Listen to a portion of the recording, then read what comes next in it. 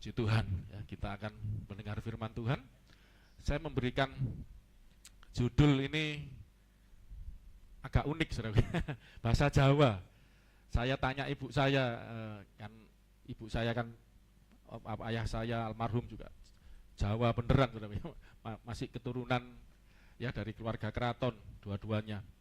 Walaupun jauh banget ya. Tapi intinya Jawanya itu bener-bener ya. Jadi masa takut salah gitu loh.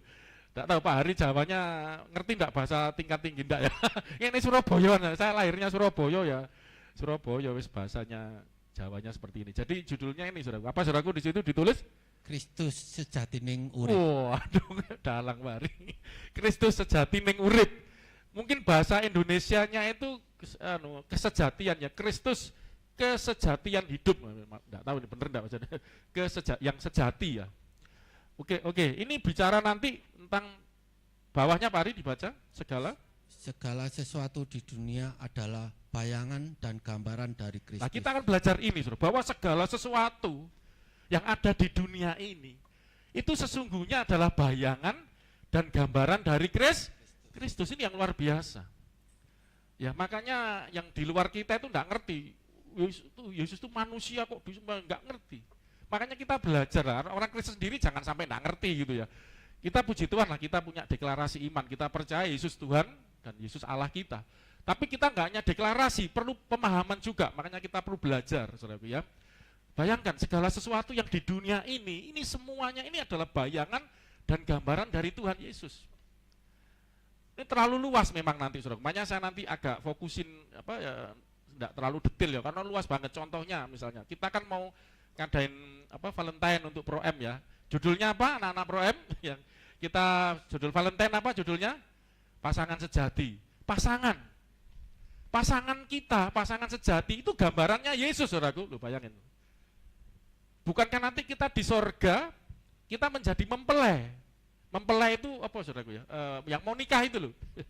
Pasangan yang akan menikah. Mempelai wanita, Tuhan Yesus menjadi mempelai pria. Berarti kan ini gambaran dari Kristus kita. Pasangan kita ini, saudaraku ya. Ini sedikit buka gitu. Nanti diperdalam ya di Valentine nanti. Valentine 14, kita tanggal 23 minggu depan setelah ibadah. Jadi di sini aja udah kelihatan, saudaraku, bahwa apa yang di dunia ini nanti saya akan tunjukkan beberapa hal yang menggambarkan bahwa apa yang di dunia ini sesungguhnya itu adalah gambaran dari Tuhan Yesus Kristus. Kita akan lihat dulu pendahuluannya. Ini sudah diajarkan minggu lalu, saudaraku ya. Contoh dan makanya dan lain-lain ada. Nanti Mas juga minggu depan akan mengajarkan tentang tabernakel lebih dalam. Saya sepintas saja ya, supaya nanti tidak terlalu panjang. Nanti Mas juga yang khusus bagian itu saya lebih ke makna-makna rohaninya. Silakan Pak Ari dibacakan. Pendahuluan. Segala perlengkapan kemah suci, bayangan dan gambaran Kristus. Jadi segala perlengkapan di kemah suci, kita udah belajar kemah suci minggu lalu ya. Kita akan belajar perjalanan umat Israel ya sampai di Gunung Sinai, harus buat kemah suci dibuat di situ 3 bulan mereka di Gunung Sinai. Ada perintah hukum Taurat diberikan segala macam. Semua itu nanti menggambarkan Kristus. Kita udah khotbah 2 minggu lalu ya, karena minggu lalu kan ada tim tamu yang melayani kita, puji Tuhan. Sudah diajarkan itu tabut apa Pak Ari di situ? Tabut perjanjian 2 loh batu. Pelan-pelan itu bukan sambung. Tabut perjanjian. Tabut perjanjian. Itu menggambarkan Yesus juga, udah dikhotbahin ya, enggak saya ulangi ya. Buka khotbahnya 2 minggu lalu. Terus 2 loh batu. 2 loh batu itu isinya hukum Taurat, firman Tuhan. Nah, itu kan menggambarkan Yesus juga. Terus roti mana dalam buli emas. Roti mana ya dalam buli emas disimpan di mana, itu semua tabut perjanjian. Saya jadi ingat juga saya pernah khotbah tentang makanan yang sejati, roti yang turun dari sorga. Makanan kita, yang kita lagi makan ini, saudaraku, itu sebenarnya menggambarkan kita ini sedang bersekutu dengan Yesus itu. Jadi makanan itu menggambarkan Kristus. Bukankah Tuhan Yesus berkata, dagingku adalah benar-benar makanan, darahku benar-benar minuman. Benar-benar itu maksudnya apa? Itu sejati, itu artinya benar, real, yang benar. Makanan kita yang benar, yang sesungguhnya, yang sejati, yang sebenar-benarnya itu adalah dagingnya Yesus. Minuman kita yang sejati adalah darahnya Yesus. Jadi makanan kita, waktu Anda makan, waktu Anda minum, sesungguhnya itu sedang menggambarkan bahwa manusia itu tidak bisa hidup tanpa makan dan minum. Manusia tidak bisa hidup tanpa Yesus. Ini aja udah selesai menyangkut. Tapi ini pengajaran, mesti lebih mendetail ya, saudara. Ya. Makanya jemaat di sini saya percaya ya, pinter-pinter semua, amin. Nek gak pinter garuk-garuk kepala diajarin. Gak apa-apa dengerin, makanya diulangi lagi ya pengajarannya ya, kan ada rekamannya nanti. Puji Tuhan, pendahuluannya. Jadi ini contoh yang sudah dikhotbahkan ya, bayangan Kristus ini ayat-ayatnya kan ada semua, lihat nanti. Nggak dibuka di sini karena sudah diajarkan 2 minggu lalu. Kita lanjut bab 1.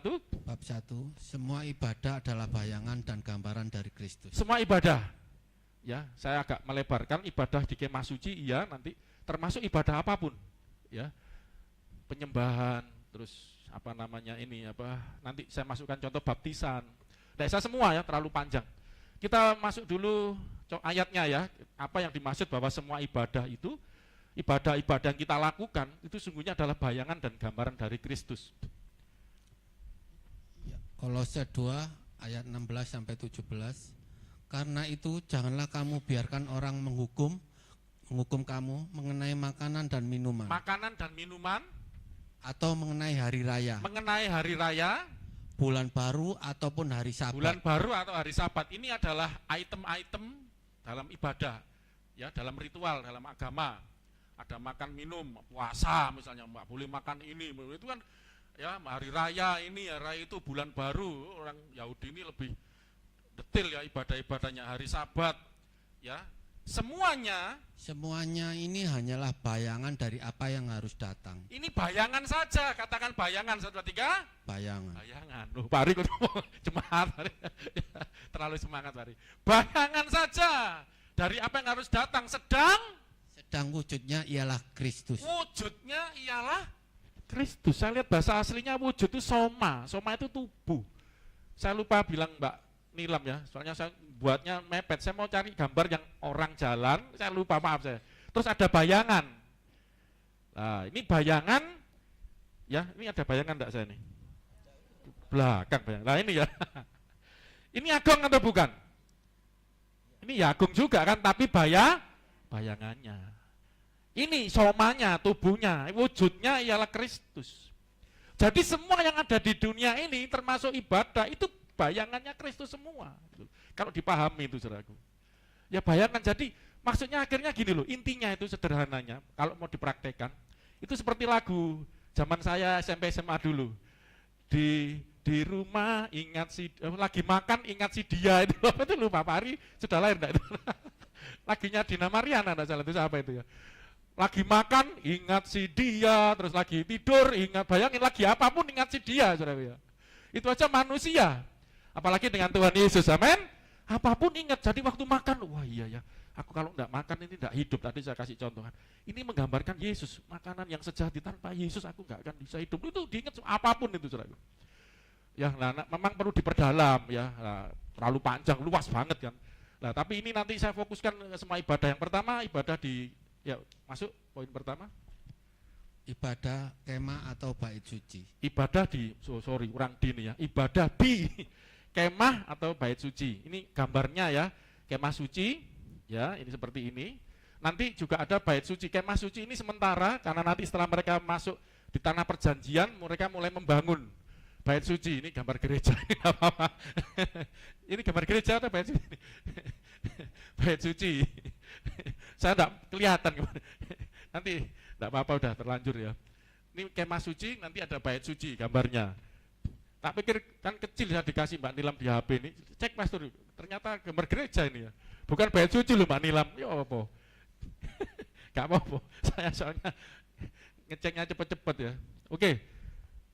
Kristus kemah atau bait suci sejati.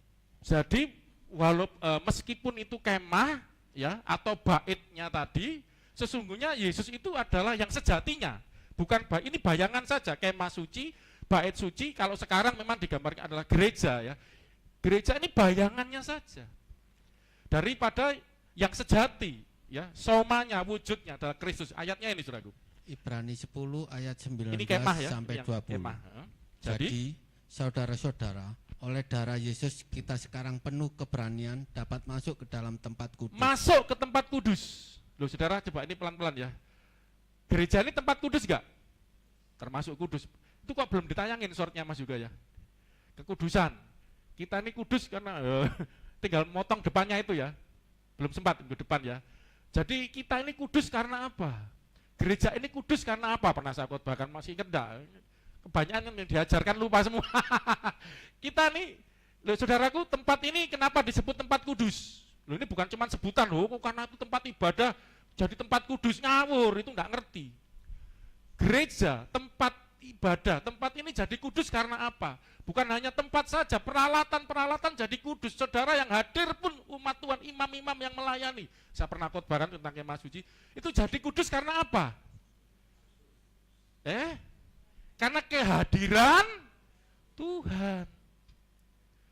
Karena di Alkitab itu dijelaskan bahwa ketika umat Tuhan berkumpul, Allah itu hadir, itu loh saudaraku kuncinya.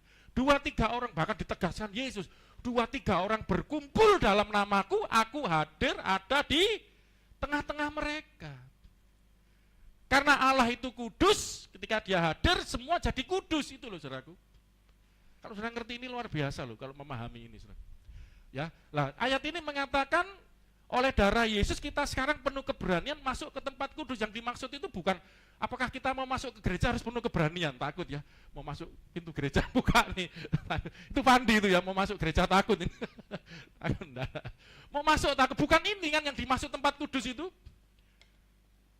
Ya, tempat kudus di dunia ini adalah bayangan yang ada di sorga kan. Kita udah pernah belajar, udah kayak mas suci di sorga.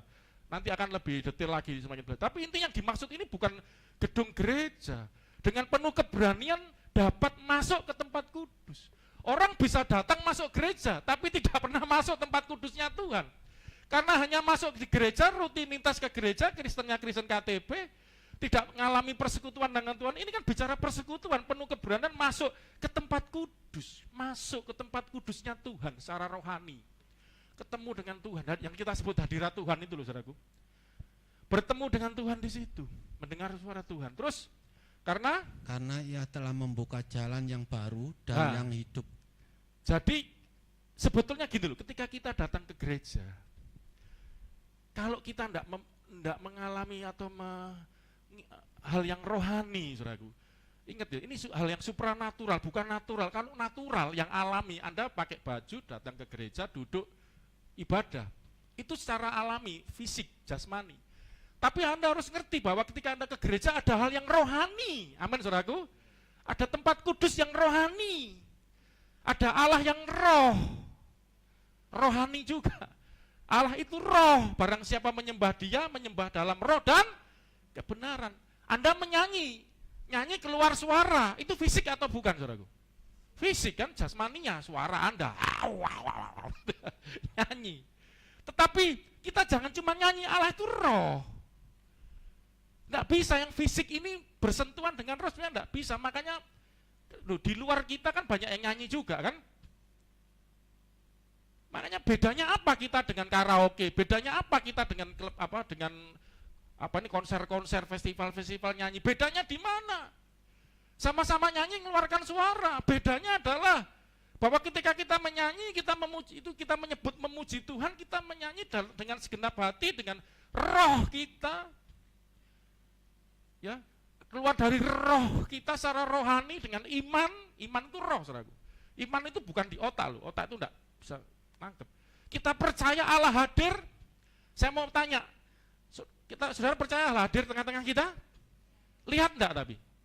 Fisik Anda lihat enggak kan? Makanya ibadah kita enggak cuma fisik, mata kita terbatas. Tetapi perlu secara roh. Tapi kalau Anda tadi katakan percaya Allah hadir, percaya. Kenapa? Bukan hanya percaya, maaf ya. Apakah benar-benar nyata Allah hadir tengah-tengah kita? Nyata enggak, saudaraku? Nyata. Walaupun tidak terlihat tapi nyata. Tapi bagaimana kenyataan ini benar-benar nyata gitu? Nyata, benar-benar nyata. Karena apa, saudaraku?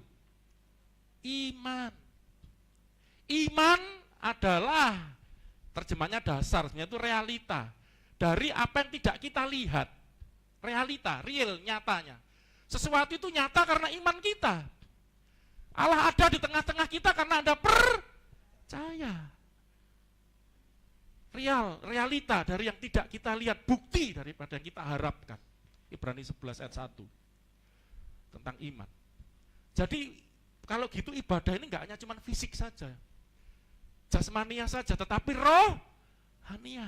Ini loh saudara, ngerti maksud saya? Anda harus sampai tahap seperti itu. Masuk ke tempat kudus. Tuhan Yesus telah membuka, ini tempat kudusnya Allah. Loh, saya sedang duduk di sini, Pak. Tempat kudusnya Allah kan di sorga, loh, bayangin saudara. Makanya Yesus ngajarin, jadilah kehendakmu di bumi seperti di sorga. Gereja ini di bumi bukan, saudaraku? Gunung Gedangan di bumi bukan? Bukan di planet. Di Gunung Gedangan seperti di sorga. Di gereja mewah di sini mepet sawah seperti di surga. Bayangin waktu Anda duduk ibadah seperti di surga. Ini yang dimaksud dengan penuh keberanian masuk ke tempat kudus seperti di surga. Maksudnya di surga itu. Lupa saya akan mati Pak, surga enggak. Bukan roh kita ke surga. Jadi kita ibadah di sini mengalami seperti di surga, tempat kudus. Karena Yesus telah membuka jalan yang baru dan yang hidup bagi kita melalui tabir. Yaitu dirinya sendiri. Tabir itu apa namanya? Kemarin saya ngomong itu tirai. Bait suci kan disekat-sekat oleh tirai. Ada ruang suci Mas. Itu tabir itu dirinya dibuka. Ya memang sini belum jadi tabirnya. Ya, tabir yaitu dirinya sendiri. Yesus itu nanti lengkap Saudaraku. Dia korbannya, jadi korban persembahannya, imam yang mempersembahkan itu Yesus juga, bicara Yesus. Tabir bait suci, kemah suci juga. Dia nanti kemah suci sendiri juga bicara Yesus. Nanti kita lihat. Yang sekarang bait suci dulu. Kristus kemah atau bait suci sejati. Yohanes 2 ayat 19 dan 21. Saya lompati biar. Jawab Yesus kepada mereka, rombak bait Allah ini, dan dalam 3 hari aku akan mendirikannya kembali. Rombak bait Allah ini, 3 hari aku akan dirikan kembali. Ayat 20-nya enggak saya tuliskan, itu protes orang Yahudi, nanti kepanjangan ya. Protes, ini dibangun 46 apa 48 tahun ya. Ini lama dibangun, kamu kok 3 hari bisa?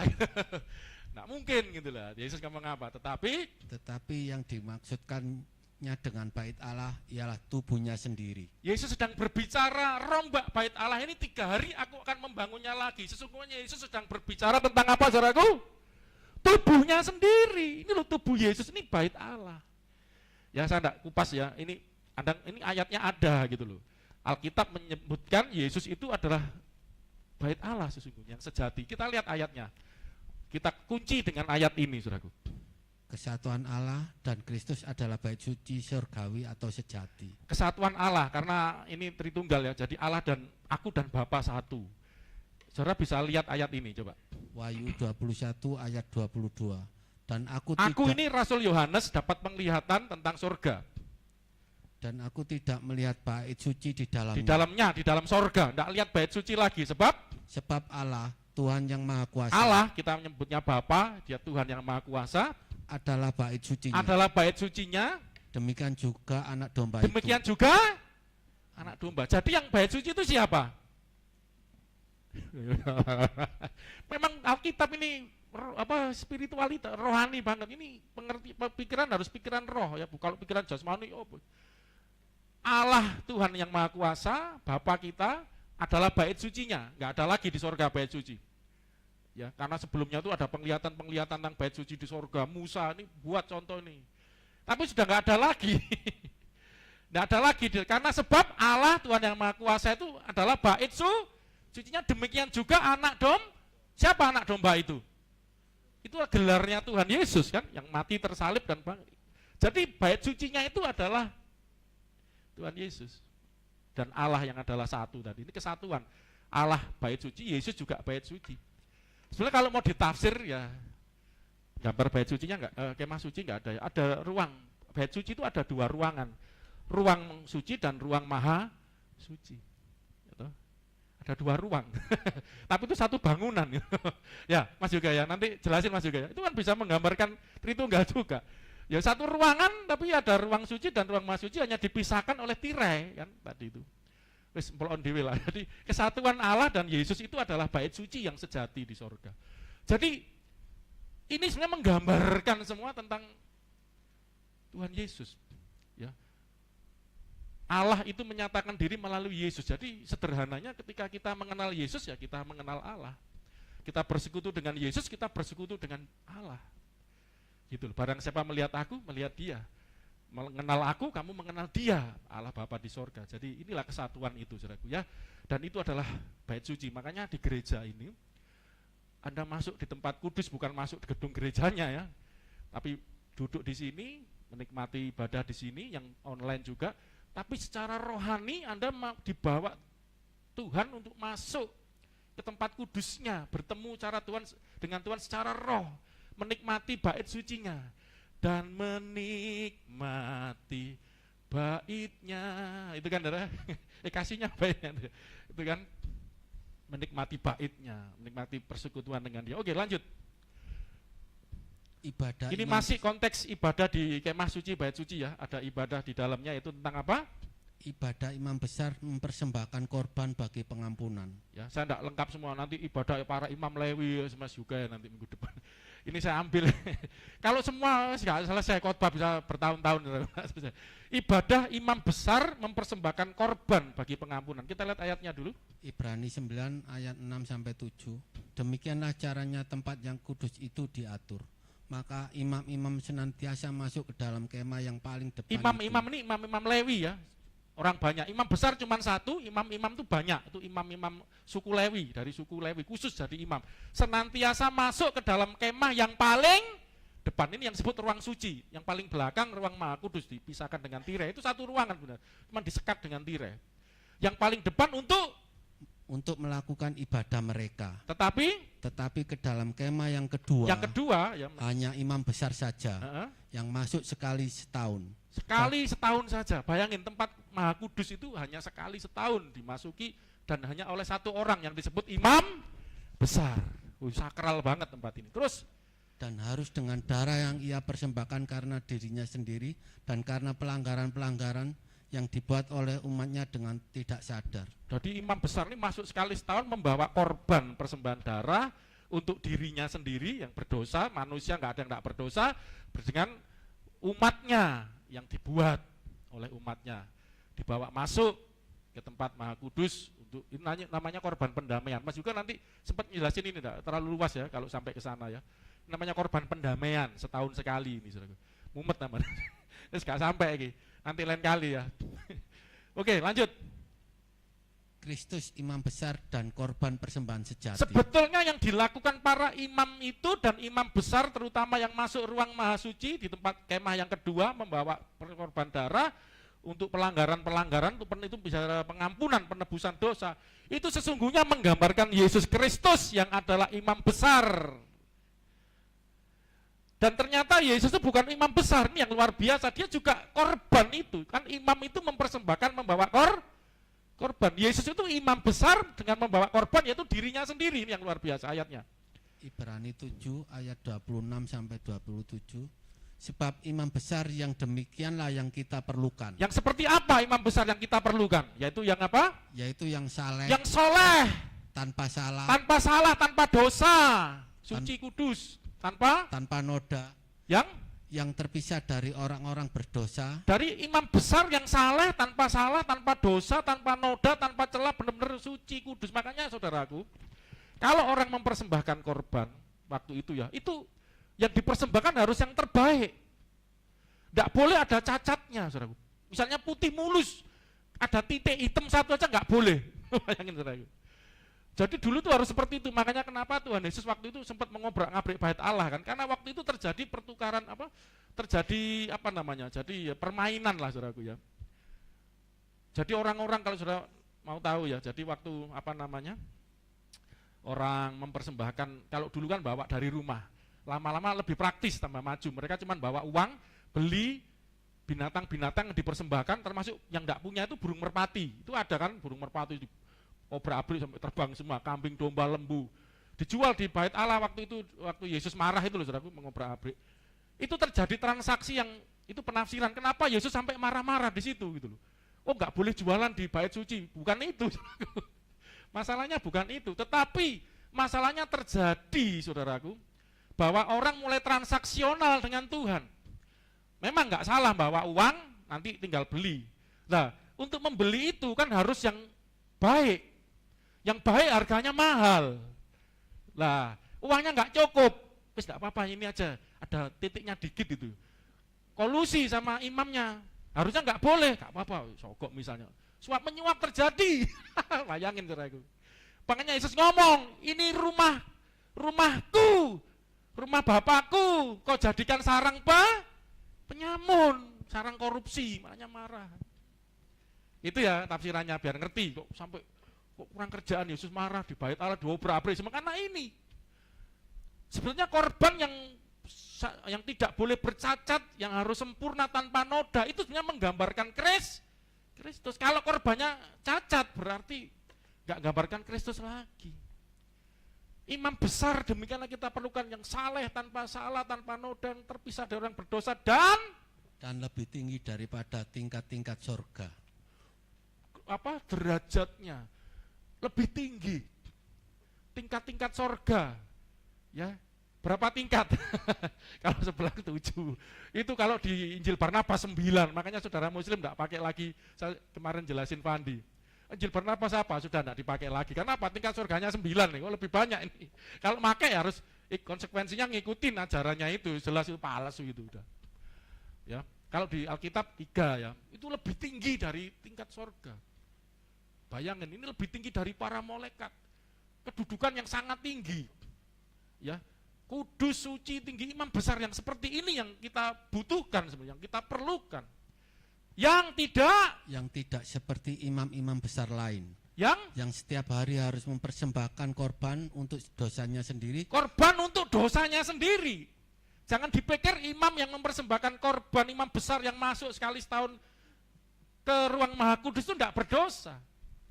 Maaf saudaraku, jangan dipikir pendeta yang khotbah di sini, pemimpin semua yang melayani, siapapun lah, ulama apapun, tokoh agama apapun, namanya masih manusia, berarti masih ada dosa.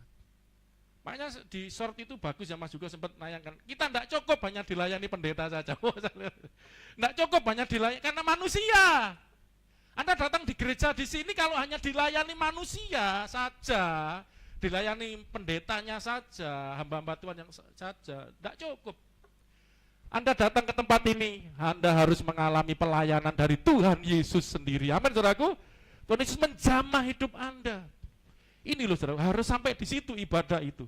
Tidak, karena imam-imam besar itu masih ada dosa. Bukan imam besarnya nggak layak, ini hanya gambaran saja dari Yesus. Ya, saya ini gambaran dari pelayanannya Tuhan Yesus. Yesus sedang, makanya tadi saya berdoa kan, dan sempat saya sampaikan juga di short itu Mas juga, kesulitan ya ngedit ya karena banyak ngomong saya kadang suka bercanda juga. Pak Hari dipotong masa dikeluarin ini. Jadi waktu saudara dengar pendeta khotbah, jangan cuma dengar. Saya berharap tadi ya seperti doa saya, Anda bukan hanya mendengar khotbah saya menyampaikan perkataan-perkataan kata-katanya saya, khotbah saya, tetapi saya berharap ketika Anda mendengar khotbah Tuhan Yesus secara rohani yang sedang ada tengah-tengah kita juga sedang berfirman, berkhotbah buat hidup saudara, amin. Itu yang Anda terima secara rohani gitu loh. Saya terbatas menjelaskan, tetapi Anda di dalam hati Anda bisa mendengar, Anda bisa mendapatkan. Tuhan Yesus mengajar saudara sendiri ya secara rohani. Puji Tuhan, ini yang dimaksud. Karena ada dosa. Ya, imam besar ini nggak layak. Saya ini sebenarnya juga nggak layak. Tetapi karena Allah hadir melalui Yesus Kristus tengah-tengah kita, kita disucikan, dikuduskan, dilayakkan. Anda layak ada di hadiratnya, di depannya, di hadapannya. Tes. Saya dilayakkan untuk juga menyampaikan firman Tuhan. Semua kita dilayakkan terus oleh anugerah Tuhan. Dan sesudah itu barulah untuk dosa umatnya. Ya, dosanya sendiri, dosa umatnya. Sebab hal itu telah dilakukannya satu kali untuk selama-lamanya. Ketika ia mempersembahkan dirinya sendiri sebagai korban. Sampai gitu-gitu ya, kasihan. Ini nanti lain kali berarti monitornya harus 2, Mas Immanuel, Mas Yuga ya. Pak Hari baca ketutupan saya. Agak dekat. Atau Pak Hari duduk sini ngadep ke, oh ya dekatnya Paulus Pak Hari. Ya, Manipal itu ada di kelihatan ya. Oke. Jadi beda dengan Yesus Kristus imam besar yang tanpa salah, yang saleh, tanpa salah, tanpa noda, yang bebas dari dosa, bahkan lebih tinggi dari tingkat-tingkat sorga. Hanya satu kali saja dan untuk selama-lamanya ketika ia mempersembahkan dirinya sendiri sebagai korban. Yesus ini imam besarnya, gambaran imam besar, gambaran korbannya juga, membawa dirinya sebagai korban. Makanya ini jadi teladan kita. Yesus itu adalah teladan buat kita. Nanti ditutup, saya akan simpulkan di situ, prototokos yang sulung, dia menjadi teladan buat kita. Makanya kenapa kita juga mempersembahkan hidup kita. Ku persembahkan hidupku. Saudara datang ke gereja, oke, orang mempersembahkan uang. Kalau dulu mempersembahkan kambing domba, mempersembahkan tenaganya untuk melayani. Tetapi yang penting bahwa kita mempersembahkan hidup kita. Ku persembahkan hidupku kepadamu Tuhan, untuk kemuliaan-Mu ku berikan hidup ini sebagai persembahan yang berkenan padamu. Ini meneladani Yesus yang mempersembahkan dirinya sendiri sebagai korban. Amin, saudaraku. Ya, jadi persembahan itu seperti itu. Yesus adalah persembahan yang sejati. Korban persembahan sejati juga imam besar yang sejati. Kita meneladaninya juga. Puji Tuhan. Lanjut. Ini masih penjelasan tentang imam besar dan korbannya. Adalah gambaran Yesus.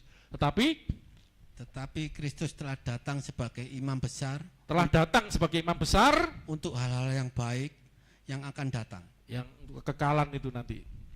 Ia telah melintas kemah yang lebih besar. Ia telah melintasi kemah yang lebih besar dan yang lebih sempurna. Yang bukan dibuat oleh tangan manusia. Artinya yang tidak termasuk ciptaan ini. Jadi bukan buatan manusia, gedung ya, fisik enggak. Ini kemah yang surgawi, yang secara roh yang dibuat oleh Tuhan sendiri, sempurna, lebih besar. Dan ia telah masuk satu kali untuk selama-lamanya ke dalam tempat yang kudus, bukan dengan membawa darah domba jantan dan darah anak lembu, tetapi dengan membawa darahnya sendiri. Amin, saudaraku. Ini yang Yesus kerjakan. Ini nanti Mas juga biar jelasin minggu depan kalau sempat ya. Ini adalah ibadah imam besar yang membawa korban persembahan untuk dosa-dosanya sendiri dan dosa umatnya, untuk pengampunan, untuk pelepasan, dan dengan itu mendapat kelepasan yang kekal. Ya toh, ada kelepasan yang kekal, ada pengampunan yang kekal, nanti saya tunjukkan. Jadi saudara, saya dengan menjelaskan ini saya berharap jemaat semakin ngerti, umat Tuhan semakin ngerti pentingnya ibadah, maknanya ibadah, bahwa ini menggambarkan Kristus, bahwa kita bersekutu dengan Kristus. Lanjut, nanti akan lebih jelas. Ibrani 9 ayat 25 sampai 26. Memang saya berikan ayat-ayatnya semua ya, nanti dibaca sendiri nanti di rumah. Dan ia bukan masuk untuk berulang-ulang mempersembahkan dirinya sendiri, sebagaimana imam besar setiap tahun masuk ke dalam tempat kudus dengan darah yang bukan darahnya sendiri. Ya, bukan darahnya sendiri. Pertama, kalau pakai darahnya sendiri mati. Yang kedua, imam besar ini darahnya ya, darah imamnya juga berdosa, nggak ada gunanya. Makanya hanya darah Yesus saja. Ya tadi nyanyikan darah, dalam nama Yesus, sorry, darah Yesus. Yang darah Yesus itu apa? Oh ada kuasa, harusnya disambung itu Mbak Ani. Oh biasanya suka medley itu, ada kuasa dalam darahnya, darah domba Allah, itu ada kuasa. Kalau darah Yesus menyucikan, darah Yesus menguduskan. Ya toh, kalau darahnya imam besar manusia, maaf ya, tidak ada gunanya. Makanya bukan dengan darahnya sendiri, sebab dan dia berulang-ulang. Sebab jika demikian ia harus berulang-ulang menderita sejak dunia ini dijadikan. Kalau Yesus melakukan seperti imam besar tadi, berarti berulang-ulang setahun sekali, tahun depan lagi. Berarti Yesus harus berulang-ulang mempersembahkan disalib di Golgota ya. Bukan itu. Tetapi sekarang ia hanya satu kali saja menyatakan dirinya pada zaman akhir untuk menghapuskan dosa oleh korbannya. Nah, sekali saja menyatakan dirinya zaman akhir, zaman Yesus datang itu mulailah diawali dengan akhir zaman itu. Untuk menghapuskan dosa oleh korbannya. Percaya enggak dosa kita dihapuskan? Amin. Nah, waktu Anda beribadah seperti ini, ketika Anda mengerti tentang tadi tempat kudus secara rohani, ya aku duduk di gereja, ini gedungnya fisik. Tetapi secara rohani aku harus masuk tempat kudusnya Allah, mengalami persekutuan dengan Allah secara pribadi, berjumpa dengan Yesus secara rohani, mengalami pengampunan dosa. Lah itu diingatkan, waduh dosaku. Coba jujur kacang hijau saudaraku. Kadang-kadang Anda masih merasa tertuduh enggak dengan dosa Anda? Loh ya toh, hampir semua masih gitu, enggak ada. Saya kadang-kadang iya kok. Manusia ya kadang-kadang ngopo nek kondisi lemah apa gini, waduh.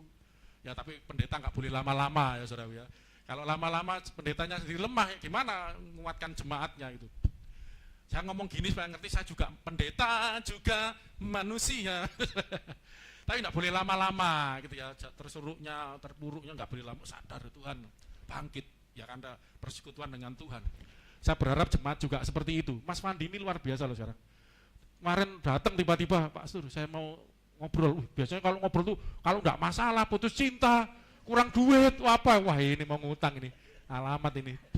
Ya duduk, kaget ya ternyata tanya Septuaginta, tanya tentang tanah, kok dengaran mau jadi pendeta nih. Saya jelasin sampai lama sudah. Tanya pengampunan, wah siap. Wah banyak doain itu. Justru yang nakal-nakal gini nih yang daplek-daplek nanti di jamaah Tuhan jadi hamba Tuhan. Amin, saudaraku. Saya ngomong, Fandi, saya dulu ini juga enggak karu-karuan loh. Semangat belajar, saudara. Saya jelasin. Dia lihat Elia Miron dulu, bagus ya. Terus dia tunjukkan, oh ini, saya jelasin dulu kan waktu didengerin, oh sama. Saya jelasin tentang Tanak, Septuaginta. Ya untuk tambahan, luar biasa mau belajar. Ya, dosamu udah diampuni, Fandi, amin. Walaupun kamu masih nakal-nakal gitulah ya. Tapi semakin kamu bersekutu dekat dengan Tuhan, mengalami tempat kudusnya, mengalami pelayanan Yesus yang darah yang dicurahkan ke tempat kudus untuk dosa umatnya. Kalau Yesus kan tidak berdosa, darahnya dicurahkan buat kita yang masuk di tempat kudusnya, menerima pengampunan dosa. Amin. Sekali untuk, nanti saya tunjukkan ayatnya juga ada. Pengudusan oleh darah korban persembahan. Kita lebih fokus sekarang pengudusan oleh darah korban, ini lebih fokus. Ibrani 9 ayat 18 sampai 20. Itulah sebabnya, maka perjanjian yang pertama tidak disahkan tanpa darah. Sebab sesudah Musa memberitahukan semua perintah hukum Taurat kepada seluruh umat. Jadi setelah Musa memberitakan perintah hukum Taurat, kan dapat hukum Taurat disampaikan kepada umat Tuhan. Setelah memberitakan itu, ia mengambil darah anak lembu dan darah domba jantan serta air. Darah lembu, darah domba jantan serta air itu diencerkan maksudnya. Dan bulu merah dan hisop. Lalu memperciki kitab itu sendiri. Kitab yang dituliskan tentang hukum-hukum Taurat tadi diperciki dengan darah tadi, terus dan seluruh umat. Seluruh umat diperciki dengan darah lembu, darah domba jantan serta air. Air dan darah. Ya, pakai hisop, bulu merah, diperciki kitab Tauratnya, diperciki umatnya, seluruh umat itu diperciki semua. Ibu saya waktu tak tunjukkan, wah abang kabeh no iyo. Getih tok iyo. Yes. Mambu amis, iyo amis. Kalau kita ke gereja kan, wah pakai pakaian yang bagus ya, wangi, minyak wangi. Zaman dulu kalau orang ibadah, ambune amis kabeh. Kenapa? Diingatkan, kamu ini loh orang berdosa. Amis dosamu. Saudara bisa pakai minyak wangi. Wanginya tubuh Anda tidak bisa menutupi amisnya dosamu. Hanya darah Yesus. Memang baunya amis, tapi di hadapan Tuhan, ini pengampunan. Sebab tanpa lalu sambil berkata, inilah darah perjanjian yang ditetapkan Allah bagi kamu. Inilah darah perjanjian waktu kecipratan. Inilah darah perjanjian. Allah bersyukur. Yang ditetapkan Allah bagi kamu. Terus pengudusan oleh darah korban persembahan. Itu lanjutannya tadi ya. Ayatnya. Ibrani 9 ayat 21 sampai 22. Dan juga kemah dan semua alat untuk ibadah. Kitab sucinya, kitab Tauratnya, umatnya diperciki semua, ini lanjutannya. Dan juga kemahnya, dan semua bayangkan kalau sekarang ini kursi-kursi, semua alat untuk ibadah. Semua alat untuk ibadah dipercikinya semua secara demikian dengan darah. Tenang lari. Saya kalau banyak secara demikian dengan darah. Ini kalau ibadah zaman sekarang, saudaraku, kira-kira ini darah semua, saudara. Mimbarnya Mas Paulus, komputernya misalnya. Ini secara fisik, tapi dengar baik-baik. Percaya enggak, secara rohani kita semua diperciki oleh darah Yesus, amin. Ada darah Yesus yang membasuh dosa, menghapus dosa. Itu namanya dikuduskan. Dikuduskan itu, kudus itu artinya kan salah satu pengertian luas arti kudus itu. Salah satu arti kudus suci itu murni, tanpa campuran, ya, tanpa dosa berarti. Bagaimana semuanya bisa tanpa dosa? Hanya oleh darah Yesus yang suci, yang kudus tadi menyucikan. Ini peralatan-peralatan duniawi semua, tapi oleh karena yang megang anak-anak Tuhan dan dipakai untuk Yesus, dan Yesus hadir tengah-tengah kita, diperciki. Kan dalam ibadah itu Yesus datang di tempat kudus membawa korban dirinya sendiri, darahnya sendiri untuk menyucikan. Jadi termasuk saudara semua, kita semua, amin. Masa bersyukur saya melayani di sini bukan karena saya orang baik, saya orang yang lebih baik dari Anda, tidak, karena ada Yesus hadir di sini memerciki kita dengan darahnya yang suci. Lah ini kan ibadah hari Minggu. Maksud saya gini, saudara, kalau bisa jangan cuma hari Minggu, masuk ke tempat kudus. Bersekutu dengan Tuhan setiap hari. Ayo di rumah bangun. Ada tempat di bumi seperti di sorga, ada dengan tempat kudusnya Allah. Menerima percikan darah Yesus setiap hari, mengalami pengudusannya. Amin ya. Oke. Terus, dan hampir segala sesuatu disucikan menurut hukum Taurat dengan darah. Dengan darah. Kenapa? Ini alasannya. Dan tanpa penumpahan darah tidak ada pengampunan. Tanpa penumpahan darah tidak ada pengampunan. Ini konsepnya hukum Taurat. Kenapa harus dengan darah semua? Lupa kok amis, kok gini, kok gini. Ya inilah, karena tanpa penumpahan darah tidak ada pengampunan. Kalau tidak ada pengampunan berarti masih berdosa. Upahnya dosa maut atau mati. Gitu ya apa? Makanya Yesus datang ini untuk menyucikan, membersihkan segala dosa melalui korbannya. Inilah ya, ini harusnya khotbah ya, perjamuan kudus. Tapi saya pas sampai di sini soalnya bawanya. Oke, terus lanjut. Pengudusan oleh darah korban sudah tadi, Pak. Ini lanjutannya. Ini juga sama. Oh iya. Enggak usah dibaca itunya. Oh iya. Lanjutannya Ibrani 9 ayat 23. Jadi segala sesuatu yang melambangkan apa yang ada di surga haruslah ditahirkan secara demikian. Jadi ibadah di kemah suci, imam besarnya itu nanti yang diperciki termasuk imam besar loh. Semua imam juga peralatan semua itu ditahirkan secara demikian. Apa yang melambangkan di surga itu ditahirkan secara demikian. Tetapi benda-benda surgawi sendiri oleh persembahan-persembahan yang lebih baik daripada itu. Benda-benda surgawi yang sejati, kemah suci yang sejati di surga itu pun seharusnya seperti itu, ditahirkan secara itu, tetapi dengan persembahan yang lebih baik. Yang dimaksud tentu persembahannya Tuhan Yesus gitu loh. Jadi tanpa darah tidak ada pengampunan, tanpa Yesus mengorbankan dirinya tidak akan ada penyucian, pengudusan. Oke, lanjut. Pengudusan oleh darah korban adalah gambaran darah Kristus. Gambaran dari darahnya Yesus. Ayatnya Ibrani 9 ayat 13. Sebab jika darah domba jantan dan darah lembu jantan dan percikan abu lembu muda menguduskan mereka yang najis, sehingga mereka disucikan secara lahiriah. Disucikan secara lahiriah. Jadi lahiriah tubuhnya nih disucikan dengan darah. Terus 14. Betapa lebihnya darah Kristus yang oleh Roh yang kekal telah mempersembahkan dirinya sendiri kepada Allah sebagai persembahan yang tak bercacat. Akan apa? Akan menyucikan hati nurani kita dari perbuatan-perbuatan yang sia-sia, supaya kita dapat beribadah kepada Allah yang hidup. Akan menyucikan apa, saudaraku? Hati nurani. Tadi darah itu menyucikan lahiriah saja. Tapi darah Yesus menyucikan sampai ke dalam, bukan cuma lahiriahnya, sampai hati nurani kita disucikan supaya bisa beribadah kepada Allah yang hidup. Ya, tanpa darah Yesus, makanya Yesus ngomong, tanpa aku tidak seorang pun dapat datang kepada Allah. Tanpa darah Yesus. Makanya ibadah itu, saudaraku, tanpa Yesus, tanpa darah Yesus, tidak ada artinya, saudaraku. Betul kok.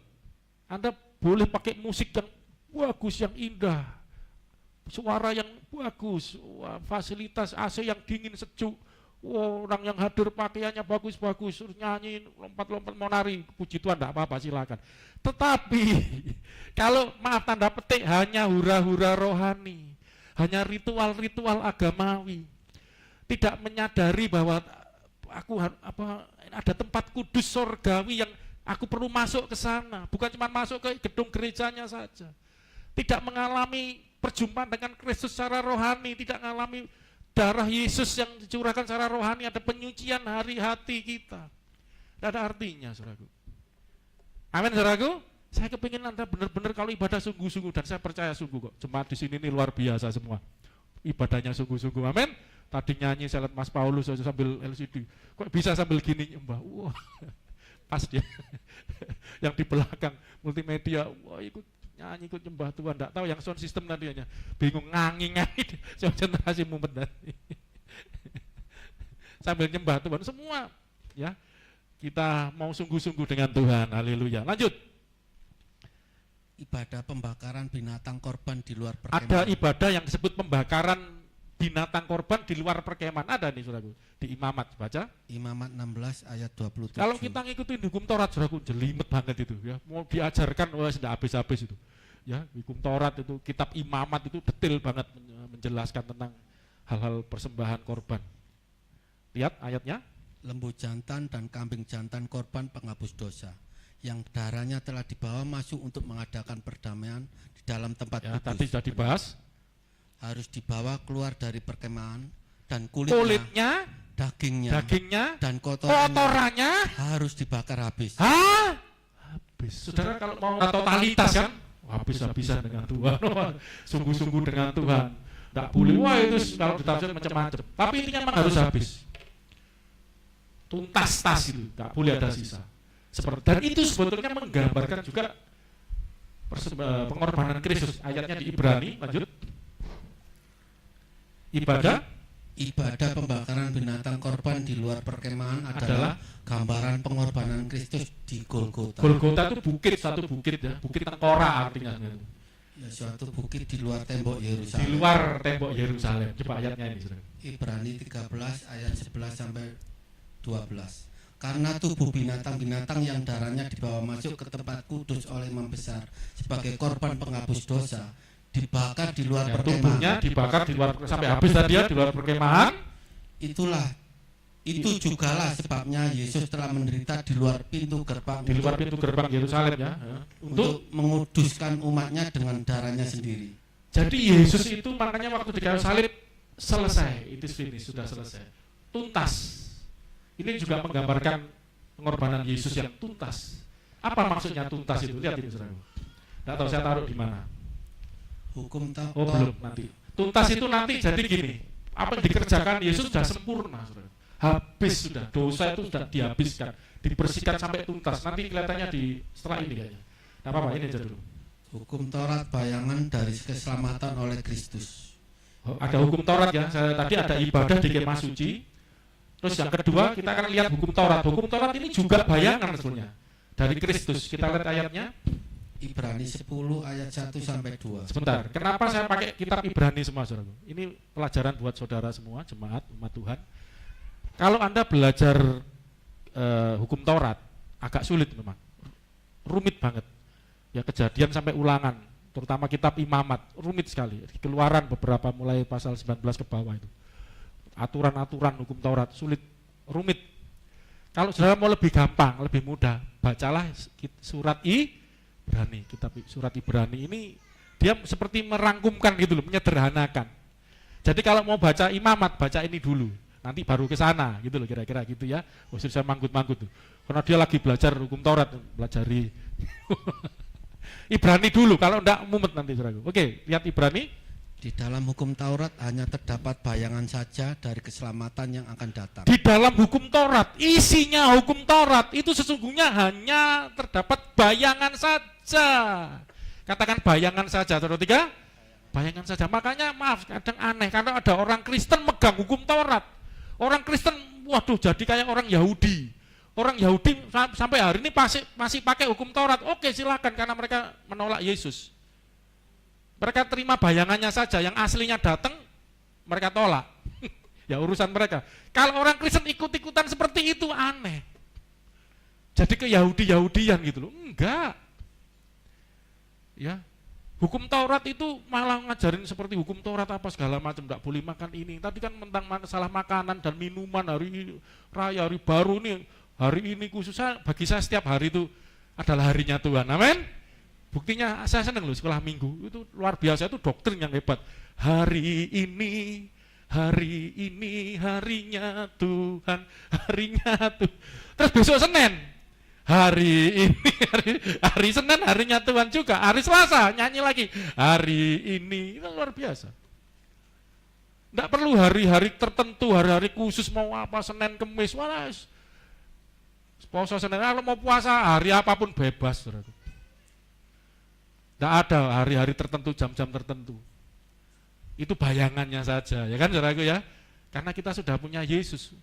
Ya, punya Yesus, sudah mengenal Yesus. Wah, setarikan nafas kita adalah doa kita. Doa nafas hidup orang percaya. Oke, enggak bahas itu. Itu bayangan saja dari keselamatan yang akan datang dan bukan hakikat dari keselamatan itu sendiri. Bukan hakikat keselamatan itu, substansi keselamatan itu bukan hukum Taurat gitu loh. Nanti saya akan khotbah khusus tentang hukum Taurat dan Yesus Kristus, anugerah Yesus dalam Yesus. Karena itu dengan korban yang sama, yang setiap tahun terus-menerus dipersembahkan. Itu setiap tahun, ya, imam besar tadi, belum lagi korban tiap hari, korban pagi, korban petang, itu jelimet banget, saudara. Setiap hari, kalau secara sederhana ya, setiap hari orang Yahudi itu, orang Israel yang menjalankan hukum Taurat, mempersembahkan korban pagi, korban petang. Itu tiap hari. Pada waktu hari Sabat, itu double gitu. Ya.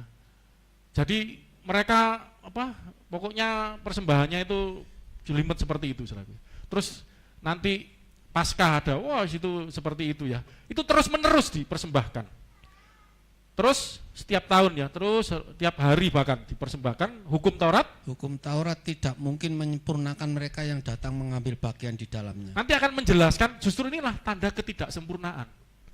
Karena harus dipersembahkan terus-menerus.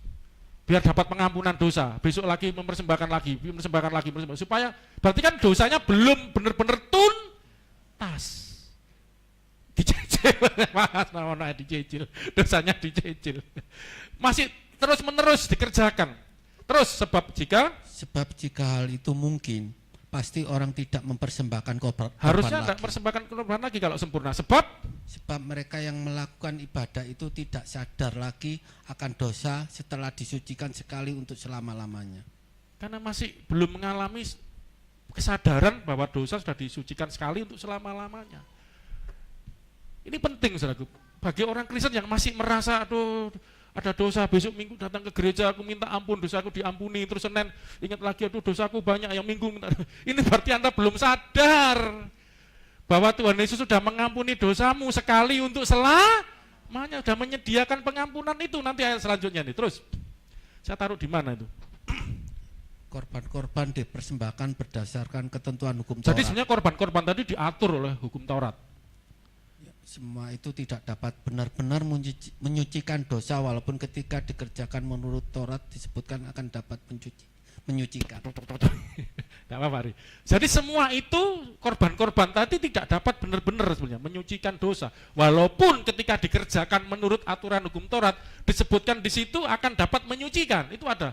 Kalau ada dosa nanti ada kambing itu juga ada yang sistem gitu ya, ditaruh di kepalanya, nanti dibuang di padang gurun itu, Azazel atau apa sistem. Itu kalau detail ada seperti itu, saudaraku. Menurut hukum Taurat, walaupun disebutkan nanti ngampuni dosa, tetapi sesungguhnya itu tidak benar-benar mengampuni. Kenapa? Bersifat sementara, dikarenakan semua korban tersebut adalah gambaran dan bayangan korban Kristus. Tetapi efektif juga waktu itu, karena ini gambaran Kristus, bayangannya saja, gambarannya saja, bukan wujud aslinya saja sudah bisa mengampuni dosa itu. Apalagi aslinya gitu loh. Saya pernah dikasih jam Rolex. Itu bukan asli. Itu aja zaman dulu loh, lama loh itu 2,5 juta enggak salah. Zaman dulu itu, sekarang uang berapa itu ya? Palsunya aja mahal. Itu apalagi yang asli waktu itu.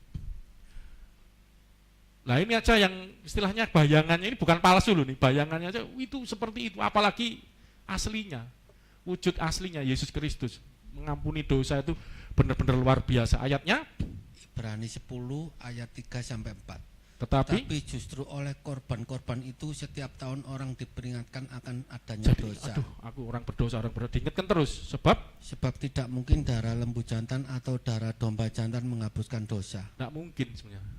Tetapi karena ini adalah gambaran dan bayangan Kristus, inilah ya sebelum Yesus datang ini. Jadi saya sebutnya bersifat sementara. Paulus juga menyebutkan seperti itu sampai. Jadi menuntun sampai yang asli datang gitu loh, yang Kristus datang. Ya, lain kali dibahas. Tapi intinya enggak bisa hukum Taurat itu menyelamatkan. Hukum Taurat enggak bisa menghapus dosa. Aturan-aturannya, darah lembu semua itu sebenarnya gambaran saja, enggak bisa. Karena apa? Terus-menerus salah satu bukti penjelasan kenapa ini kok enggak bisa benar-benar menyucikan, mengampuni karena dikerjakan terus-menerus. Berarti belum sempurna gitu loh. Ayo, penjelasan selanjutnya. Keberulangan imam besar dan korban-korban dipersembahkan menunjukkan ketidaksempurnaan Taurat. Karena hanya bayangan korban Kristus yang cukup hanya sekali saja. Karena itu hanya bayangan dari korban Kristus yang cukup sekali saja. Ya, ayatnya Ibrani 10 ayat 10 sampai 12. Dan karena kehendaknya inilah kita telah dikuduskan satu kali untuk selama-lamanya. Kita telah dikuduskan satu kali untuk selamanya. Mas Fandi percaya? Banyak berubah kok ini ya. Ya berubahnya proses. Tetapi secara rohani, Mas Fandi dengar baik-baik, tinggal masukkan ke kolam lumpur, kolam baptisan nanti. Saya jelasin baptisan juga dia, biar Tuhan sendiri yang menjamah nanti. Biar siap. Dan karena kehendaknya inilah kita telah itu sudah atau belum? Sudah. Mbak Sari telah dikuduskan, sudah atau belum kudus? Betul. Memang kalau cara bayangin, tapi ini firman Tuhan, bukan hukum Taurat. Kalau masih hukum Taurat terus besok minta ampun lagi, ini enggak. Satu kali untuk kita telah dikuduskan, satu kali untuk selama oleh persembahan tubuh Yesus Kristus. Karena Yesus Kristus telah mempersembahkan tubuhnya. Dan Anda percaya menerima Yesus sebagai Tuhan Juru Selamatmu, Anda mengalami pengudusan oleh darah Yesus sekali untuk selamanya. Loh Pak, masih hidup dalam dosa, itu proses kita. Tapi saya percaya kalau anak Tuhan pasti lebih baik. Nanti Fandi ini bisa jadi contoh ya. Tambah baik, tambah buruk. Nggak tahu yang belakang sound system ini gimana istrinya? Tambah baik atau tambah buruk? Tambah baik, tambah maju. Ya Mas Heru ya, tak tegur, ojo koyok yoyo. Kristen habis naik turun. Tidak, ya. Tapi saya percaya Mas Heru semakin hari semakin setia, amin. Dan sound sistemnya terbukti nanti tidak nging lagi, hilang sudah. Terbukti loh, ini nggak nging sampai berapa kali tadi. Puji Tuhan Mas Heru. Ya. Terus selanjutnya setiap imam melakukan tiap-tiap hari pelayanannya dan berulang-ulang mempersembahkan korban yang sama yang sama sekali tidak dapat menghapus dosa. Hanya gambarannya saja. Terus tetapi Yesus setelah mempersembahkan hanya satu korban saja karena dosa, ia duduk untuk selama-lamanya di sebelah kanan Allah. Duduk selama, maksudnya dia menyatu dengan Allah. Ya di surga itu tahtanya cuma satu, ini istilah saja. Menjadi kepercayaan, segala sesuatu telah diserahkan kepadaku. Yaitu jadi Allah itu siapa? Ya Yesus, diserahkan. Barang siapa melihat aku, dia melihat Allah, karena Allah tidak bisa dilihat, tidak terjangkau. Makanya Allah menyerahkan segala sesuatu kepada Kristus. Gitu loh saudara. Nanti berdalam lagi ya ini ya tentang Tritunggal. Kristus adalah ibadah korban yang sejati. Satu kali untuk selamanya. Tidak usah pakai satu kali untuk selamanya. Lembek Pak hari ini. Ibrani 10 ayat 13. Inilah yang membuktikan bahwa Yesus itu sejati, yang benar. Karena cuma satu kali saja untuk selamanya. Ayatnya dan sekarang ia hanya menantikan saatnya di mana musuh-musuhnya akan dijadikan tumpuan kakinya. Sebab oleh satu korban saja ia telah menyempurnakan untuk selama-lamanya mereka yang ia kuduskan. Ia telah menyempurnakan untuk selama-lamanya Saya mau katakan seperti ini, secara rohani Anda itu telah dikuduskan, telah disempurnakan secara rohani. Tetapi secara jiwani dan lahiriah kita masih berproses gitu loh saudaraku. Kalau Anda mengerti ini nanti, karena roh kita ini sudah dilahirkan kembali, nanti ada kelahiran kembali. Oke, lanjut aja. Daripada saya bahas lagi nanti, karena ada di situ nanti. Kesempurnaan Kristus sebagai ibadah korban sejati telah menyelesaikan masalah pengampunan dosa secara sempurna. Selesai sempurna. Sehingga ibadah atau ritual yang dimaksudkan bagi pengampunan dosa tidak diperlukan lagi. Maaf saya tidak nyindir mana-mana ya. Kalau orang masih belum mengerti tentang pengampunan Kristus, korban Yesus sekali untuk selama-lamanya, masih melakukan ritual-ritual. Apa ya ritual? Liturgi-liturgi agamawi yang supaya dapat pengampunan dosa. Karena belum yakin bahwa dosanya diampuni, akhirnya orang Yahudi belum ngerti Yesus, makanya terus. Tapi sekarang mereka tidak bisa mengadakan korban, karena tidak ada bait sucinya, ada hancur kan.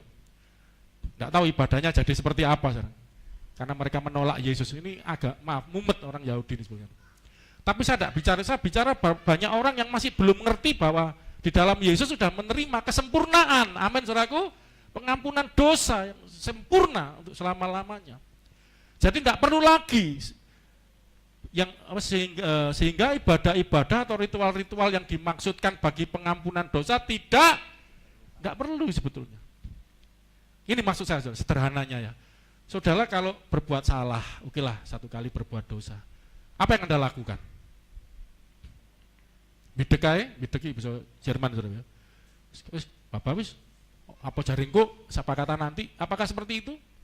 Alkitab mengajar jika kita berbuat dosa, jika kita mengaku dosa kita, maka ia setia dan adil. Ya, memang ada perintah untuk kita tinggal ngaku, maka ia akan menyucikan. Ya karena darah Yesus sudah dicurahkan. Sekarang gini masalahnya.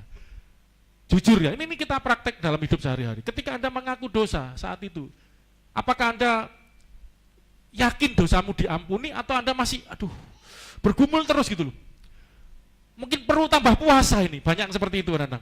Kayaknya dosaku ini kurang mantep ini, pengampunan, minta ampunnya ini. Terus cari pendeta juga, cari siapa untuk supaya hal-hal seperti ini sebetulnya tidak diperlukan gitu loh. Anda tersiksa sendiri, terus tambah puasa nih, terus menyiksa diri, gimana? Stres sendiri. Saya cuma mau katakan, sesungguhnya Anda yang sudah ada di dalam Yesus, engkau telah disempurnakan oleh Yesus, dikuduskan selama-lamanya oleh pengorbanan yang cuma sekali tadi, 2000 tahun yang lalu. Kalaupun Anda berdosa, masih buat salah, ini gambarannya seperti ini. Kalau saya sering ngasih contoh tentang anugerah dulu ya. Kalau kita punya anak, saudaraku, ya anak kita kan selalu kita mandikan, bayi Mbak Asih ya. Bayinya kan tiap hari dimandiin enggak? Mandi ya. Dimandikan supaya apa? Bersih kan, kulitnya sehat wangi. Terus bayinya ini sering ngompol pup di situ.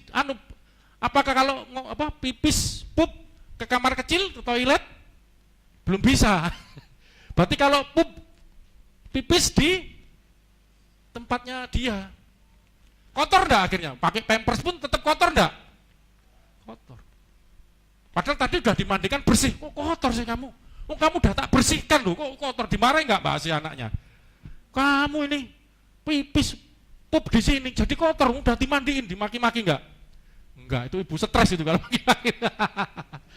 Ketika pipis buang kotoran jadi kotor, dibersihkan lagi enggak saudaraku?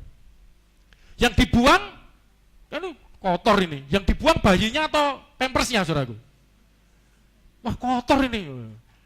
Kadang-kadang kita sebagai manusia merasa begitu. Ketika kita kotor, kita berbuat dosa, berbuat salah, aku dibuang sama Tuhan. Itu seperti orang tua yang stres gila buang bayinya. Tidak ada orang tua. Kecuali orang tua stres itu. Yang dibuang kotorannya. Demikian juga dengan kita, amin saudaraku. Yang dibuang dosa kita, kotoran kita. Kita tetap dipermandikan, disucikan. Amin saudaraku, oleh darahnya. Itu loh, maksudnya seperti itu. Enggak. Tidak perlu lagi saudara sampai minta ampun, sampai ini minta ampunku ini udah beneran nggak ya? Ini udah dijawab Tuhan nggak ya? Jadi kayak kurang mantap sendiri tuh, bingung-bingung sendiri. Nggak usah, santai aja. Ingat Tuhan itu Bapak kita, amin. Aduh, popokku dibuang ini. Ini lagi dibuang kotoranku ini. Percaya aja gitu ya. Kristus telah menyediakan pengampunan dosa secara sempurna hingga selamanya. Sudah disediakan Yesus pengampunan dosa. Anda tidak perlu ritual-ritual tertentu. Maaf ya, termasuk nambahi dengan puasa, nambahi dengan amal. Aku kalau banyak berbuat amal, dosaku nanti dihapuskan. Tidak. Manusia, usaha manusia sehebat apapun, karena manusia sendiri berdosa. Sesuatu yang berdosa, keluarnya juga dosa, nggak ada artinya.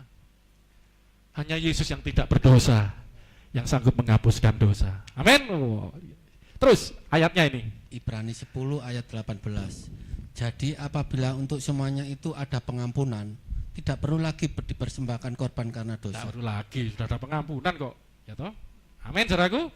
Jadi Anda kalau, maaf ya, saya tidak mendoakan Anda, mengharapkan Anda berdosa, enggak.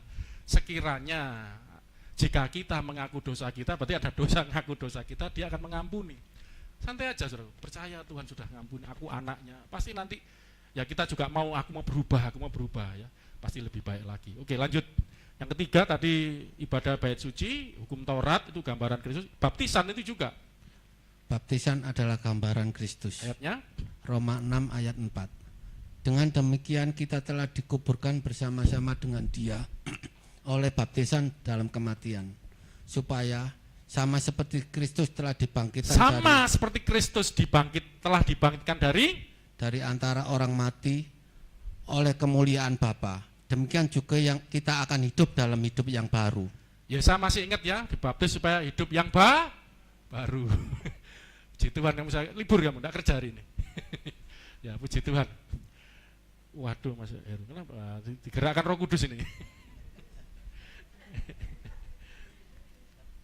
Dan memberkati. Jadi sama seperti Yesus, baptisan itu sama seperti Kristus. Ini gambarannya Kristus yang telah mati dan bangkit. Baptis itu kan masuk ke dalam air, keluar untuk hidup yang baru. Ini menggambarkan Kristus sebetulnya gitu loh. Tidak usah diperdalam, nanti lain kali. Kalau yang baptisan diperdalam di situ ya. Jadi ibadah-ibadah ini hanya untuk menjelaskan bahwa semua ibadah-ibadah itu sebetulnya menggambarkan Yesus gitu loh. Ya, ini contohnya 3 saja, kalau banyak tidak cukup waktunya. Oke, lanjut. Sekarang bab 2 ini sedikit-sedikit kok. Ini lebih ke tadi ibadah, sekarang ke hidup sehari-hari. Kehidupan manusia di dunia adalah gambaran dan bayangan Kristus. Ya toh? Ini bayangan Kristus. Contohnya pasangan sejati itu bayangannya Kristus loh. Pasangan kita itu adalah bayangannya Kristus. Nanti di Valentine lebih diperdalam. Tapi saya mau sharing seperti ini, saudara. Saya ini terus terang orang yang bermasalah dulu. Saya ini sulit menerima diri saya sendiri. Saya ini merasa tidak dikasih, udah banyak lah, karena pengalaman-pengalaman traumatik masa lalu ya. Tetapi saya setelah menikah dengan nyonya, saudara. Saya juga setelah menikah ini pernah buat salah lah ya. Saya pernah kesaksian kalau saya ulang isin-isini aku nih, pokoknya pernah buat kesalahan, menyakitkan hati istri saya. Orang lain tuh menghakimi saya, nuding-nuding, wah kamu gini. Tapi istri saya, saudara, menerima saya, mencintai saya. Jadi melalui ini, saudara. Makanya pasangan saya ini, pasangan sejati di dunia ini, kalau di surga kan Kristus. Ini menggambarkan Kristus. Jadi yang membuat saya kuat bangkit kembali setelah saya terpuruk, itu adalah kasih Allah melalui kasih Kristus, melalui nyonya Agung ini, nyonya Lina ini. Dia menerima saya, dia membangkitkan saya, mendorong saya. Saya sempat menghakimi diri saya, orang lain juga menghakimi saya. Ini pasangan sejati, gambaran Kristus. Loh, istri saya saja yang manusia aja mengasihi saya, mencintai saya, tidak mengingat-ingat dosa saya, kesalahan saya, apalagi Tuhan Yesus. Puji Tuhan, bersyukur. Nah, kalau pasangannya enggak seperti ini, ya enggak tahu, saya enggak bisa bayangkan. Diungkit-ungkit terus salah. Wah, mungkin gini. Ini loh enggak, saudaraku. Kadang-kadang saya mau bersaksi, ojo sing isin aku kok ya. Loh, aku gak izin loh. Aku memang inilah aku apa adanya. Loh, enggak, sudah malu lah. Saya justru ayem, damai. Nah, ini kan gambaran Kristus, ini maksud saya seperti itu. Yesus loh seperti ini, mengasihi kita. Ya, nanti di Valentine ya, silakan kita mau mendalami itu nanti ya. Dan berdoa supaya itu terjadi. Mbak Sari udah amin, dapat yang seperti ini, Mas. Yang mencintai Tuhan kirim, kayak doanya Mas juga dulu, kanlah aku kekasih yang baik, yang mencintai aku, apa saudaraku?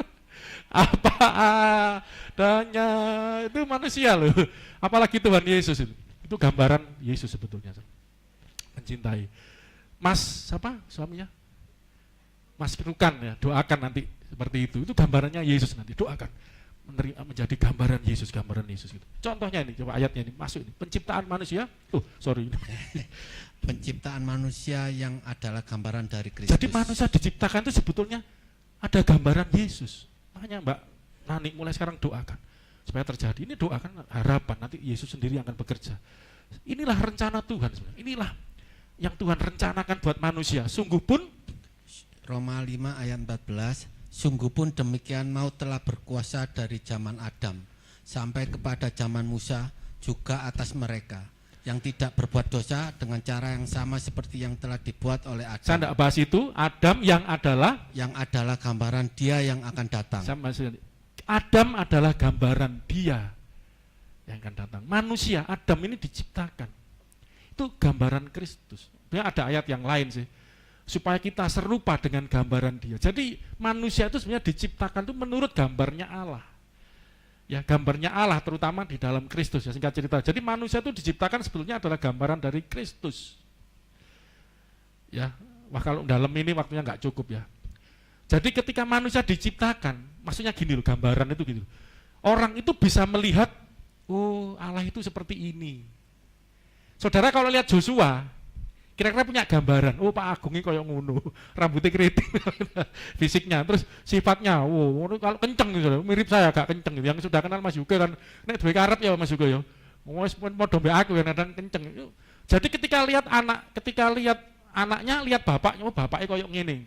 Maksudnya gitu, ketika lihat manusia, sebetulnya, oh Allah itu seperti ini, itu loh, gambaran itu seperti itu, saudaraku. Ya, jadi manusia itu diciptakan sungguhnya untuk menggambarkan Allah, terutama gambaran dia yang akan datang, maksudnya Tuhan Yesus. Oke lanjut, penciptaan saja menggambarkan tentang Kristus. Terus kelahiran kembali manusia oleh atau dari Allah adalah gambaran Kristus yang telah dilahirkan Allah dalam kekekalan. Kita ini lahir dari orang tua kita, benar kan? Tetapi sesungguhnya ada istilah di Alkitab bahwa kita ini perlu dilahirkan kembali, dilahirkan dari Allah. Ya, sayanya enggak bisa detail sayangnya ya. Itu di Yohanes 1 ayat 12. Ya, barang siapa menerima percaya kepadanya diberikan kuasa untuk menjadi anak-anak Allah yang dilahirkan bukan dari manusia tapi keinginan manusia, tetapi dilahirkan dari Allah. Jadi perhatikan baik-baik. Kelahiran manusia itu sebenarnya juga menggambarkan Kristus yang lahir dari Allah. Ayatnya 1 Yohanes 5 ayat 1. Setiap orang yang percaya bahwa Yesus adalah Kristus. Setiap orang yang mau percaya bahwa setiap orang yang percaya bahwa Yesus adalah Kristus, Mesias, lahir dari Allah. Lahir dari Allah. Saya mau tanya, Anda percaya Yesus adalah Kristus, Mesias, juru selamat? Dikatakan kalau Anda percaya Yesus, Anda lahir dari Allah. Loh, tadi saya lahir dari orang tua saya, Pak. Berarti yang dimaksud lahir ini secara rohani. Wow, pinter-pinter. Dan setiap orang yang mengasihi Dia yang melahirkan. Dia yang melahirkan itu Bapa. Kan kita dilahirkan oleh Allah, Allah Bapa itu mengasihi juga Dia yang lahir daripadanya. Dia, ini tunggal lah. Saudara memang bahasa Yunani ya. Tadi itu bentuk jamak, ya. Sekarang tunggal. Yang lahir dari Allah itu bentuk jamak, orang banyak, maksudnya anak-anak Allah, ya, kita yang percaya. Tapi ini mengasihi juga Dia yang lahir daripadanya, itu maksudnya Yesus. Yesus yang lahir daripadanya, lahir dari Allah. Sebagai firman yang keluar dari Allah. Ini jadi manusia itu lahir ke dunia, itu bayangkan, itu gambaran kelahiran Yesus yang keluar dari Allah. Gitu, ya kan? Itu menggambarkan itu, saudaraku ya. Kelahiran kembali, coba nanti ini saya arahkan ke kelahiran kembali. Selanjutnya. Kelahiran kembali adalah awal dari keselamatan. Awal dari keselamatan. Tanpa mengalami kelahiran kembali, manusia tidak akan memiliki kehidupan yang baru, yang bersifat kekal hingga di surga. Kalau orang Kristen, KTP-nya saja Kristen, hanya sekedar jadi anggota gereja, tapi tidak mengalami kelahiran kembali, tidak ada artinya, saudaraku. Tidak ada artinya. Harus mengalami kelahiran kembali, karena ini sifatnya kekal, mengalami kehidupan yang baru. Ayatnya, Yohanes 3? Yohanes 3 ayat 5-7. Jawab Yesus, aku berkata kepadamu, Sesungguhnya jika seorang tidak dilahirkan dari dari air dan roh, ia tidak dapat masuk ke dalam kerajaan Allah. Apa yang dilahirkan dari daging adalah daging, dan apa yang dilahirkan dari roh adalah roh. Yang dilahirkan daging adalah daging. Kita punya daging karena lahir dari ibu kita, orang tua kita yang punya daging. Kalau tadi dilahirkan dari Allah yang adalah roh, kita dilahirkan secara roh dari Allah. Ya, adalah roh. Janganlah engkau heran, karena aku berkata kepadamu, kamu harus dilahirkan kembali. Ini ajaran Yesus, ini perintah Yesus. Kamu harus dilahirkan kembali dari air dan roh. Air itu gambaran daging. Jadi kalau daging melalui dilahirkan daging adalah daging, roh adalah roh. Dari orang tua kita sudah menerima daging. Dari Allah kita menerima kelahiran secara rohani. Dari air dan roh. Air itu gambaran baptisan. Roh itu gambaran Roh Kudus yang mengurapi kita nanti di lain waktu. Tapi intinya ada kelahiran kembali. Ini yang menggambarkan Yesus yang keluar dari Allah. Allah yang kudus. Keluar Yesus yang kudus juga. Ya toh, terang dari terang, ya, terang sejati dari terang sejati. Oke. Kita lanjutkan kelahiran kembali. Kelahiran kembali bagi manusia terjadi karena kebangkitan Kristus dari kematian. Kebangkitan dari kematian menunjukkan adanya suatu keadaan yang baru. Tidak lagi mati tetapi telah hidup bahkan hingga selamanya. Ayatnya 1 Petrus 1 ayat 3. Terpujilah Allah dan Bapa Tuhan kita Yesus Kristus, yang karena rahmat-Nya yang besar telah melahirkan kita kembali. Telah melahirkan kita kembali. Telah itu sudah atau belum? Anda sudah dilahirkan kembali atau belum? Dilahirkan oleh siapa? Allah. Karena rahmat-Nya yang besar telah melahirkan kita kembali oleh ini melalui. Ini loh caranya Allah melahirkan kita kembali oleh kebangkitan Yesus Kristus dari antara orang mati kepada suatu hidup yang penuh pengharapan. Inilah kelahiran kembali melalui kebangkitan Yesus. Kebangkitan ini menggambarkan keadaan yang baru. Dari mati jadi hidup dan hidup untuk selama-lamanya, tidak mati lagi. Inilah kelahiran kembali itu. Allah melahirkan kita kembali melalui kebangkitan Yesus ini sebagai yang sulung. Dari yang bangkit dari orang mati, sehingga kita memiliki pengharapan, ya, akan hidup selama-lamanya. Ini adalah menggambarkan Kristus, ya, kelahiran itu menggambarkan Kristus. Oke, lanjut.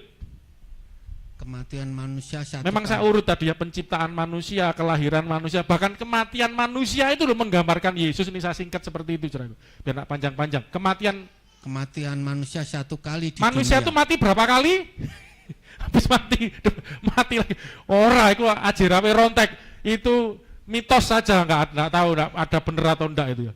Mati cuma satu kali di dunia. Menggambarkan kematian Kristus. Itu sesungguhnya menggambarkan kematian Kristus. Ini ayatnya. Ibrani 9 ayat 27 sampai 28. Dan sama seperti manusia ditetapkan untuk mati hanya satu kali saja. Ditetapkan matinya cuma sekali saja. Dan sesudah itu dihakimi. Sesudah itu menghadap penghakiman kekal nanti.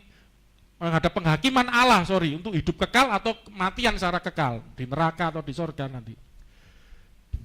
Demikian pula Kristus hanya satu kali saja mengorbankan dirinya. Hanya satu kali, ini kan demikian pula sama seperti manusia satu kali. Makanya Yesus juga mati satu kali saja, mengorbankan dirinya untuk menanggung dosa banyak orang. Nah, terus sesudah itu ia akan menyatakan dirinya sekali lagi tanpa menanggung dosa. Kedatangan yang dua kali tanpa menanggung dosa untuk menganugerahkan keselamatan kepada mereka yang menantikan Dia. Dulu datang yang pertama kali untuk nanggung dosa manusia, mati, bangkit, mengalahkan dosa, naik ke surga, nanti akan turun kedua kali tanpa menanggung dosa untuk menganugerahkan keselamatan. Tidak tahu kalau di seberang itu katanya Yesus datang nanti mematahkan kayu salib, terus membunuh babi. Atau ditambah-tambah tafsir ngaku bahwa aku ini bukan Tuhan gitu loh. Wes, masa ngapain nunggu sampai akhir zaman ngaku seperti itu, kan kurang kerjaan mau, tidak masuk. Justru Yesus datang tanpa menanggung dosa lagi, karena yang pertama sudah menanggung dosa. Yang kedua nanti datang untuk menganugerahkan keselamatan bagi orang mereka yang menanti-nantikan dia. Oke, jadi mulai dari penciptaan, lahirnya manusia, kematian, itu loh menggambarkan Yesus semua gitu loh maksud saya. Betapa hidup ini diwarnai, ya hidup ini diwarnai oleh kasih Kristus, oleh Yesus.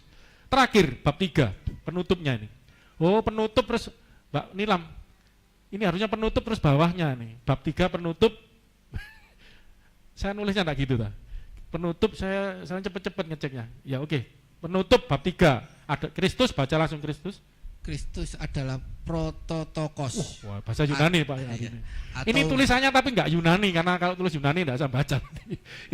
Prototokos Latinnya ini. Terus atau yang sulung, yang awal, yang sejati dari segala ciptaan. Ayatnya ini, prototokos, yang sulung, yang awal, yang sejati dari segala ciptaan. Kolose 1 ayat 15 sampai 17. Ia Tuhan Yesus adalah gambar Allah yang tidak kelihatan, yang sulung, lebih utama dari segala yang diciptakan. Kenapa dia yang sulung lebih utama dari segala diciptakan? Karena di dalam dialah telah diciptakan segala sesuatu. Telah diciptakan segala sesuatu. Kalau Allah menciptakan istri, seorang wanita buat saya, ini di dalam nyonya ini adalah gambaran Kristus. Saya juga gambaran Kristus bagi nyonya. Saya mengasihi seperti, ya, hei suami-suami, Mas juga masih ingat, kasihlah istrimu seperti, bukan, seperti Kristus mengasihi. Oh, ya, konseling pernikahan lagi semua nih. Mengasihi sama seperti Yesus mengasihi. Saya mengasihi nyonya seperti Yesus mengasihi, nyonya mengasihi seperti Yesus mengasihi. Ini gambaran Kristus, pasangan itu gambaran Kristus. Makanya dia yang sulung. Wah, saya tidak sempat bahas ini, nanti aja di Valentine. Ya, Allah adalah kasih. Itu bagaimana itu? Ini coba satu pemikiran saja ya untuk di sini. Kalau ada kasih, berarti ada yang mengasihi, ada yang dikasihi. Kalau Allah itu adalah kasih, maaf. Siapa yang mengasihi, siapa yang dikasihi? Dan ada kasih yang disalurkan. Kalau di Tritunggal jelas, Bapa yang mengasihi, Anak yang menerima kasih, Roh Kudus adalah kasih yang dicurahkan, Roma 5:5 itu. Makanya Tritunggal itu justru menjelaskan tentang kasih. Bayangkan kalau Allah itu pengasih penyayang, siapa yang dikasihi? Sejak dalam kekekalan, sebelum ada penciptaan, kalau ada malaikat, malaikat dikasih. Tapi kalau belum diciptakan, siapa yang dikasih? Ya itu aja gambar, coba pikirin itu. Ya makanya Yesus itu yang utama, yang sulung dari segala ciptaan. Karena di dalam dia telah diciptakan segala sesuatu, termasuk pasangan kita. Ya makanya hormati pasanganmu, kasih pasanganmu, amin. Karena dia adalah gambaran Kristus. Terus yang ada di surga dan yang ada di bumi. Jadi segala ciptaan malaikat itu, makanya kenapa Yesus juga kadang digambarkan bersayap ya, kalau kan saya khotbah malaikat Yahweh segala macam. Itu gambaran Allah juga. Mereka menggambarkan Allah yang kudus, malaikat itu ciptaan. Ciptaan yang kudus, maaf saudaraku. Kalau Allah itu bukan ciptaan, kudus. Tapi ini sesuatu yang diciptakan tetapi bersifat kudus. Ini menggambarkan Allah. Malaikat itu kudus saudaraku. Malaikat itu kudus. Kudus dari sononya, diciptakan untuk kudus, dikuduskan. Ya, ini menggambarkan Allah yang kudus. Segala sesuatu menggambarkan Yesus, adalah gambar Allah yang suci tadi kudus. Jadi semua itu diciptakan adalah gambaran Yesus yang ada di surga dan di bumi, yang kelihatan dan yang tidak kelihatan. Baik singgasana maupun kerajaan, baik pemerintah maupun penguasa. Segala sesuatu diciptakan oleh Dia. Diciptakan oleh Dia dan untuk Dia. Ia adalah terlebih dahulu. Ia ada terlebih dahulu dari segala sesuatu. Dari segala sesuatu. Segala sesuatu diciptakan oleh Dia. Kristus, gambaran Allah ini yang sulung, yang awal. Akulah yang awal dan yang akhir. Segala sesuatu diciptakan oleh Dia untuk Dia. Ada terlebih dulu dari segala sesuatu dan segala sesuatu. Dan segala sesuatu ada di dalam Dia. Ayat ini menjelaskan yang saya khotbahkan tadi. Ini penutup ini. Kristus adalah prototokos. Coba belajar Yunani. Katakan sama-sama. Tuhan Yesus adalah Prototokos. Dari protos, satu utama. Dia yang utama dalam hidup kita. Amin. Mari kita berdoa. Yang terutama. Ini A kayaknya nih. Gak usah pas aku neng ini. Yang terutama